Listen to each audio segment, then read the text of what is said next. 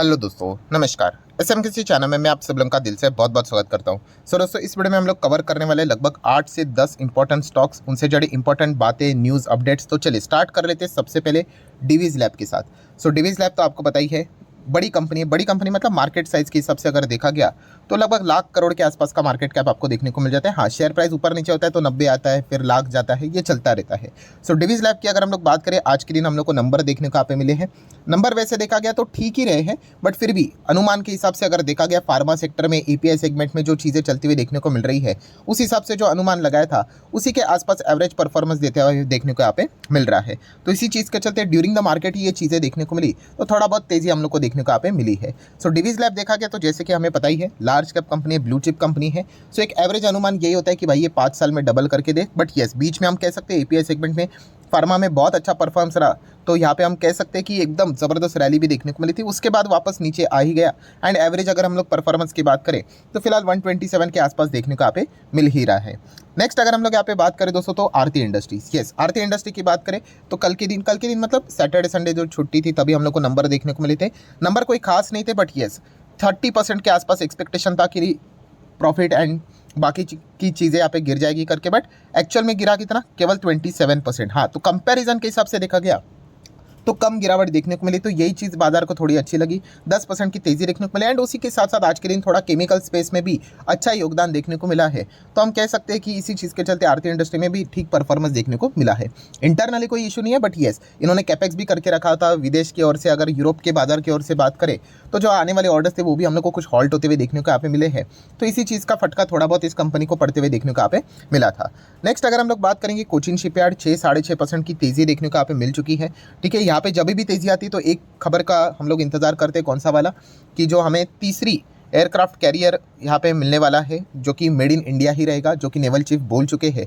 इसके पहले का जो एयरक्राफ्ट कैरियर था सेकंड वाला, वो कोचिन शिपयार्ड में ही बना था। बट अभी भी देखा गया तो ऐसी कोई ऑफिशियल खबर सामने तो आती हुई देखने को यहाँ पे नहीं मिली है। एंड जब भी वो खबर आएगी ना, मुझे नहीं लगता कि 6% तेज़ी रहेगी, शायद से स्टॉक अपर सर्किट में ही चला जाएगा। बट वो खबर आएगी नहीं आएगी, कब आएगी, ये किसी को पता यहाँ पे होता नहीं है। बट हाँ, याद रखना ये सारे सरकारी कंपनीज है। एंड थोड़ा अभी इलेक्शन का माहौल यहाँ पे बनते जा रहा है, आप सभी लोगों को पता है। तो ये वाला भी पॉइंट आपने जरूर कंसिडर करना चाहिए किसी भी सरकारी कंपनी में निवेश करने से पहले। नेक्स्ट अगर हम लोग बात करेंगे दोस्तों, तो नायका। यस, नायका भी अगर हम लोग बात करें, एकदम ज़बरदस्त आईपीओ का जो बूम चल रहा था 2020-21 में, तभी ये भी देखने को मिला था। एकदम टॉप लेवल पे इसका भी आईपीओ देखने को मिला था। एंड उसके बाद आपको पता है मैक्सिमम आईपीओ ओवर वैल्यूड आए थे। फिर बाजार में थोड़ी सी मंदी आ गई एंड इसमें तो सीधा हम लोग को 60-70% का ही गिरावट देखने को मिला। उसके बाद थोड़ा सा नायका से रिलेटेड कंट्रोवर्सी भी हुई थी। आपको पता ही है कि लॉकिंग पीरियड खत्म होने वाला था एंड तभी कंपनी ने बोनस अनाउंस कर दिया। तो बोनस चीज़ के चलते आपको पता ही है कि अगर शेयर्स बेचने जाओगे तो आपको फिर ज़्यादा टैक्स यहाँ पे देना पड़ेगा। तो इस चीज़ के चलते बहुत नाराज़गी भी यहाँ पे आ चुकी थी कि मतलब इतनी बड़ी कंपनियों की इस प्रकार की चीज़ें यहाँ पे की जा रही है करके। एंड उसके बाद हम देख ही सकते हैं अभी तक कंपनी में गिरावट ही देखने को मिली है। आज के दिन की बात करें, ठीक है, 5% की तेज़ी दिखाई है। एंड कंपनी के नंबर अभी देखने को मिले हैं। नंबर की बात करें तो बाजार क्लोज हो जाने के बाद देखने को मिले हैं। एंड पर्सनली अगर देखा गया, ठीक है, कंपनी ने प्रॉफिट ज़रूर दिखाया है, बट थोड़ा और अच्छा परफॉर्मेंस दिखाना चाहिए था। ये मेरा पर्सनल मानना हुआ। जैसे मैंने कहा कि हर किसी का अपना अपना अनुमान होता है, हर किसी की अपनी अपनी स्टडी होती है।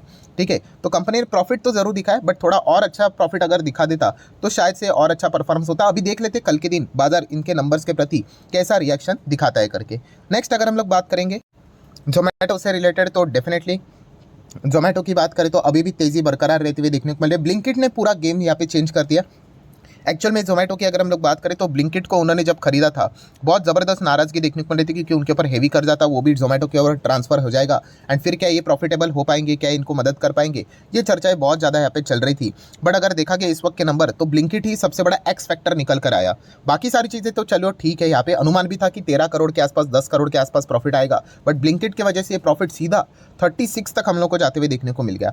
एंड यही था एकदम गेम चेंजर मूवमेंट, जिसके चलते जोमेटो में हमें अच्छी तेजी देखने को यहाँ पे मिल रही है, जो कि अभी भी यहाँ पे बरकरार है। इस चीज़ के चलते वापस जोमेटो का मार्केट कैप लाख करोड़ के आसपास हम लोग को जाते हुए देखने को मिल चुका है। नेक्स्ट अगर हम लोग बात करेंगे वीबीएल। यस, वरुण बेवरेजेस की बात करें, एक तरफा भागने वाला स्टॉक, जो कि हम यहाँ पे देख ही सकते हैं। हर कोई इंतजार करते हैं इसमें कभी बड़ा करेक्शन आ जाए। बीच बीच में करेक्शन आते रहते थे, 10%, 20%, 10%, 20%, बट यस उसके बाद ऐसा मेजर करेक्शन की बात करें अभी तक मौका नहीं दिया। एंड कंपनी की बात भी करें तो नंबर्स भी देखा गया, इस वक्त के भी नंबर कंपनी के शानदार ही देखने को मिले हैं। देखिए, अगर आप इस कंपनी के क्वार्टरली नंबर कंपेयर करने जाओगे ना, तो कोई सेंस की बात नहीं। मतलब इस क्वार्टर की बात करें तो, मतलब अगर मैं थोड़ा सा इतिहास में चला जाऊँ, अभी ये कौन सा सितंबर क्वार्टर रहता है, इसके पहले कौन सा था, जून क्वार्टर। तो आप देख सकते हैं कि जो सितंबर में जो बिजनेस होता है सितंबर क्वार्टर में, वो जून क्वार्टर से थोड़ा कम होता है। ऑपरेटिंग प्रॉफिट भी देखिए इसके पहले का, ये 2021 की बात कर रहा हूँ, अभी के नहीं, अभी के नंबर्स के ऊपर मैं आ जाऊँगा। ठीक है, सिमिलर वे प्रॉफिट में भी वही सिनेरियो देखने को मिलेगा।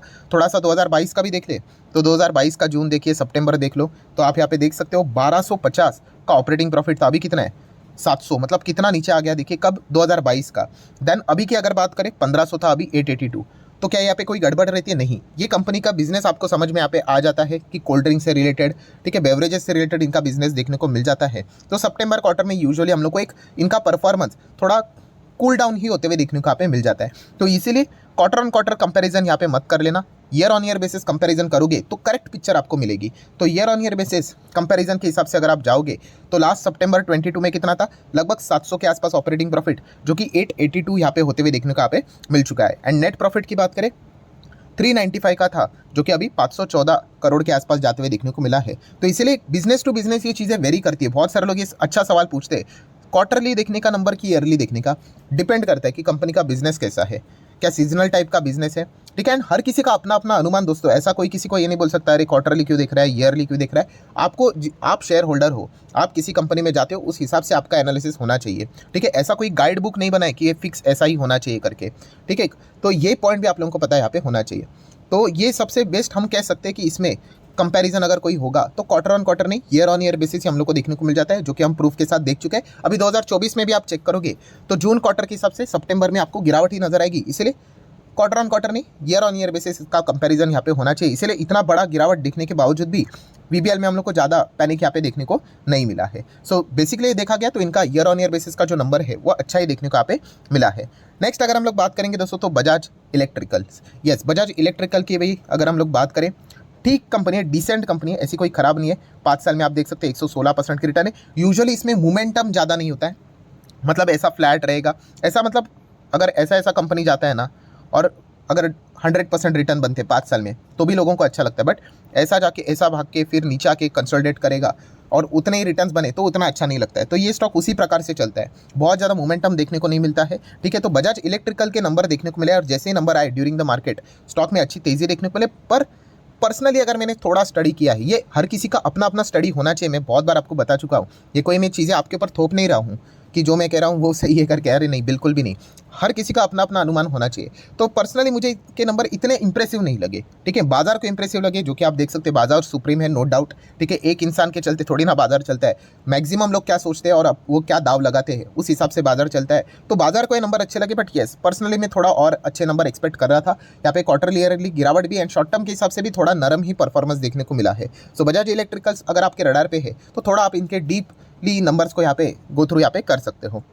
नेक्स्ट अगर हम लोग बात करेंगे दोस्तों, मार्केट अच्छा कर रहा है तो बीएससी भी बहुत अच्छा कर रहा है। बीएससी में जब से यहाँ पे मतलब जो चार्जेस यहाँ पे बढ़ा के रखे हुए हैं तब से लेके अभी तक हम कह सकते हैं बहुत अच्छा परफॉर्मेंस देखने को मिला। एंड अगर मान जाओ कि अगर हमारे शेयर बाजार का टाइमिंग बढ़ जाता है तो सबसे ज़्यादा दुनिया में खुश होने वाला अगर कोई प्लेटफॉर्म होगा तो वो बीएससी ही होगा। ऑब्वियसली एनएससी लिस्टेड नहीं है तो बीएससी को तो इसका गजब का फायदा यहाँ पे मिलेगा ही मिलेगा। जितना ज़्यादा ट्रेडिंग उतनी ज़्यादा ये कमाई करते जाएंगे। सिमिलर वे अगर देखा गया तो सीडीएसएल को भी इसका बेनिफिट मिलेगा, बट यस बीएससी तो सबसे ज़्यादा मोटा पैसा छापेगा, ये चीज़ें हम लोग को देखने को मिल जाती है।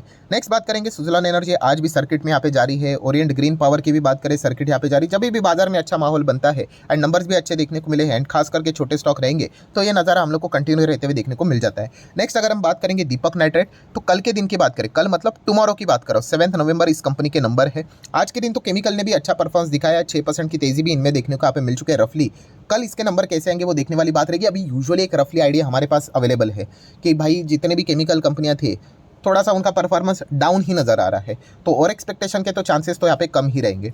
फिर भी देख लेते हैं कि एक्चुअल में नंबर कैसे निकल कर आते हैं, क्योंकि कंपनी भी अगर देखा गया तो टॉप लेवल से 30-40% तो मस्त यहाँ पे करेक्शन पे चलती हुई देखने को मिल रही। कंपनी का बिजनेस बहुत कमाल का है, बट येस कंपनी को वापस कमबैक करने के लिए अच्छे नंबर्स दिखाना भी उतना ही इक्विवेलेंटली इंपॉर्टेंट चीज़ रहती है। तो क्या कल का दिन दीपक नाइट्रेट के लिए अच्छा रहेगा या नहीं रहेगा, वो देखने वाली बात जरूर होगी। देन जेएसडब्ल्यू इंफ्रा की बात करें, कल के दिन मतलब येस्टरडे की बात करें तो ऑलरेडी इसको यहाँ पे मैंने कवर किया था। दो अच्छे अपडेट्स देखने को लेते, एक तो Q2 के नंबर्स में अच्छा परफॉर्मेंस था एंड प्लस वो जो एक्विजिशन उन्होंने यहाँ पे किया था, इस चीज़ के चलते एक जेएसडब्ल्यू इंफ्रा में अच्छा परफॉर्मेंस देखने को यहाँ पे मिला है। हाल ही में ये कंपनी हम लोग को लिस्ट होते हुए भी देखने को यहाँ पे मिल चुकी थी। IEX की बात करें, 4-4.25% की तेज़ी देखने को मिली एंड तेज़ी के पीछे का रीज़न की अगर बात करें तो छोटे मोटे जो अपडेट्स आते रहते हैं, वॉल्यूम्स बढ़ते हुए देखने को यहाँ पे मिल चुके हैं। अक्टूबर का डेटा यहाँ पे सामने आ गया, कॉमन सेंस वाली बात है, नवंबर चालू है तो अक्टूबर का ही डेटा आएगा, तो 18% का जंप हम लोग को देखने को यहाँ पे मिल चुका है। सो ये ट्रेडिंग वाली खबरें होती है, इसके चलते भागता रहते हैं। इसके लिए सबसे इंपॉर्टेंट खबर वही है, यस सरकार की ओर से कब ऑफिशियल खबर आएगा या नहीं आएगा, क्योंकि इसके पहले भी जो खबर आई थी, ये जो गिरावट हम लोग को देखने को मिली थी, ये देखिए, तो वो भी कोई ऑफिशियल खबर नहीं थी, बट रिपोर्ट के जरिए खबर आई थी कि सरकार ऐसा प्लान कर रहा है कि एक कोई सेंट्रलाइज एक्सचेंज वो बनाएंगे जिसके ऊपर सरकार का ही कंट्रोल रहेगा। तो अगर ऐसा हो जाता है तो इनकी जो मोनोपोली है, ठीक है, जो कि एग्जैक्ट मोनोपोली नहीं थी, बाय डिफॉल्ट इनको प्राइस डिस्कवरी का वो एडवांटेज मिलता था, वो यहाँ पे छीन जा सकती है। एंड अगर छीनी जाएगी तो बाकी के जो 2 एक्सचेंजेस है उन्हीं के बराबर IEX भी आते हुए देखने को मिलेगा। एंड जो एक प्रॉब्लम हुआ करता था न्यू एंट्रेंट का, वो भी सॉर्ट आउट हो जाएगा, मतलब और एक्सचेंजेस भी हम लोग को इसमें आते हुए देखने को मिलेंगे। मतलब सारे जितने एक्सचेंजेस है ना, एग्जिस्टिंग एक्सचेंजेस इंक्लूडिंग अगर नए प्लेयर भी आ जाते, वो सबके सब समान अवस्था में हम लोग को देखने को यहाँ पे मिल जाएंगे, सिमिलर प्लेटफॉर्म के ऊपर देखने को यहाँ पे मिल जाएंगे। तो डेफिनेटली हम लोग यहाँ पे कह सकते हैं दोस्तों कि वो सबसे बड़ी इंपॉर्टेंट इवेंट यहाँ पे रहने वाली IEX के लिए। अभी वो कब आएगा वो तो सबसे बड़ा अनसर्टिनिटी होता है, उसी का इंतजार हर कोई यहाँ पे कर रहा है। तो ठीक है दोस्तों, जितने इंपॉर्टेंट पॉइंट्स थे सारे कवर कर लिए। वीडियो अच्छा लगे तो चाहो तो लाइक एंड शेयर कर सकते हो। So that's it, thank you very much दोस्तों, we will be meeting our next video, तब तक के लिए बाय बाय।